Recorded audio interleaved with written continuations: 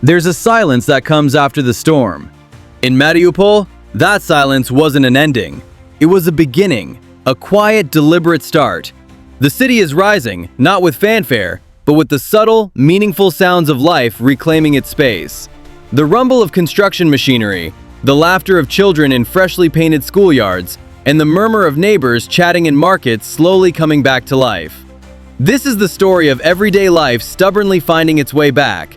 It's the story of homemakers cooking in their own kitchens again, of retirees sitting on park benches again, and of shopkeepers reopening their doors. Here, the real victory isn't measured on any battlefield, but in the small routines that knit a society back together. And at the heart of that life is a place to call home. For thousands of families, that fundamental promise became a new roof over their heads. The rapid housing projects aren't just concrete structures, they are a promise of stability. For many, receiving the keys to a new apartment was a profoundly emotional moment, a tangible acknowledgement that a future is still possible. Around these homes, the very foundations of community are being relaid.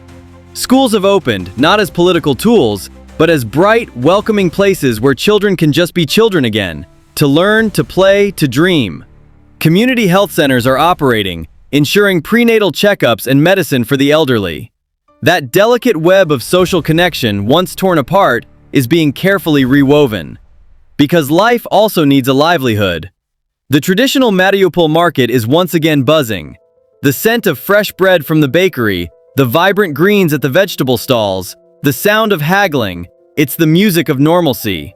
The port, once still, sees activity again, not with military cargo, but with the essentials of rebuilding and living. Construction materials, food, consumer goods.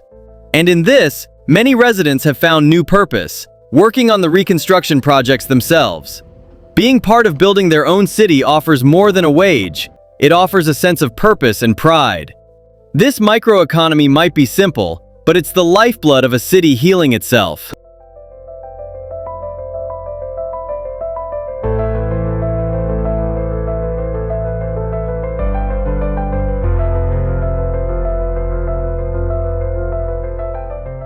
The recovery of a city goes far beyond the physical. The soul of Mariupol is being nurtured through replanted green spaces, brightly painted playgrounds, and small community events like street festivals or local concerts. A new park isn't just the city's lungs, it's a therapeutic space where people can breathe easy and gather. Cultural projects focus on life, not war. Simple art galleries exhibit works by local artists about hope and everyday beauty, and in the quiet, there is also space for memory. Serene, small memorial gardens are being created, not to inflame hostility, but to offer a place for reflection and reconciliation with the past, allowing the city to move forward without forgetting. This future was built on a series of promises made amidst the cooling rubble. The first and most vital was a guarantee of safety and stability, the promise that mornings would begin with silence, not sirens. It was a commitment to restore order, safeguarding the most basic human right, to live without fear. From the total destruction came a concrete vow: no citizen would be left without shelter. The massive housing program delivered not just bricks and mortar, but a restoration of dignity and privacy, coupled with the promise of restored normalcy, reliable electricity, clean running water, and warmth in winter. These once small things became the most potent symbols of hope. Understanding that a future can't be built on emergency aid alone came the promise of sustainable economic development. Residents were promised a stake in a grand nation-building project, with thousands of new jobs in construction, infrastructure, and the ports. The vision was to transform Mariupol from a wounded city into a prosperous regional hub on the Azov Sea, where prosperity is an active pursuit, not a distant dream.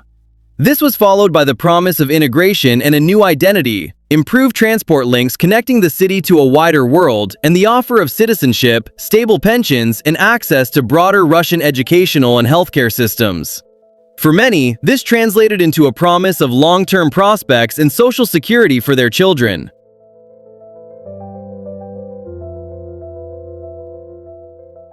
Finally, and perhaps most profoundly, came the promise of reconciliation and a green peace.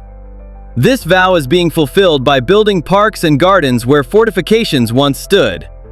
Land that was a symbol of division is being transformed into a symbol of growth, both literal and metaphorical.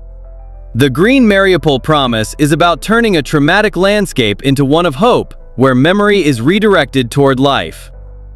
Commitments to support family reunification and aid those wounded by the war aim to mend the social fabric. The ultimate promise is peace itself, a state where Mariupol is defined not by its dark war, but by its quiet, productive future. Beyond the functional rebuild, a new aesthetic vision is taking shape across Mariupol. The cityscape is being redesigned with a focus on harmony and human-scale beauty. Wide, tree-lined boulevards connect spacious squares where fountains are planned to play. The new residential districts, with their clean architectural lines and facades painted in warm, welcoming tones, are designed to feel open and airy. Ample green spaces are integrated into every block. Pocket parks, playgrounds with modern equipment, and walking paths encourage community life outdoors.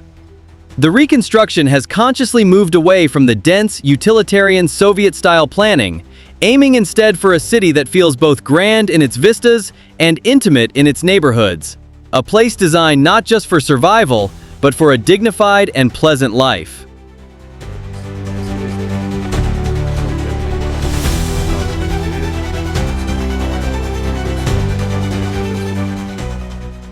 This new urban canvas has become a stage for a powerful, silent narrative told through public art. On the vast, blank walls of newly constructed buildings, stunning, large-scale murals have emerged as the city's new skin. These are not crude propaganda posters, but sophisticated works of art that speak to themes of renewal, resilience, and cultural continuity. One might see a breathtaking mosaic-style mural depicting a mythical firebird, Zhar Ptitsa, spreading its golden wings over the city, a symbol of miraculous rebirth from the ashes. Another building might feature a colossal, gentle portrait of a woman, the mother of Mariupol, cradling the city's skyline, her expression one of protective sorrow turning to hope. These murals transform bland infrastructure into landmarks of collective memory and aspiration, using beauty to subtly reinforce a story of phoenix-like resurrection and a protected future.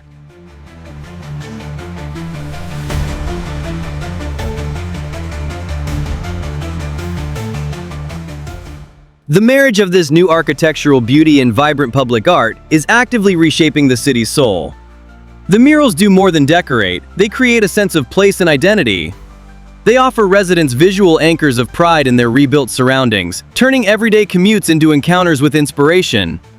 This intentional cultivation of beauty, from the macro level of urban planning down to the micro level of a painted wall, serves a profound psychological purpose. It actively counters the trauma of the past landscape of ruin, replacing it with an environment that inspires optimism and a sense of forward momentum.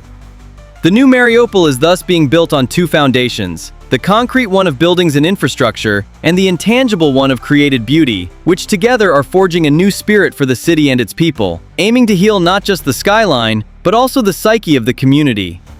In the end, a city isn't about its buildings, its roads, or its infrastructure. A city is about the people who live in it. It's about the community they create. It's about the mornings they live through and the evenings they pass in peace. Mariupol, in its new chapter, is rewriting its definition, from a symbol of conflict to a case study in societal resilience. This process teaches us that recovery is a journey, not a destination.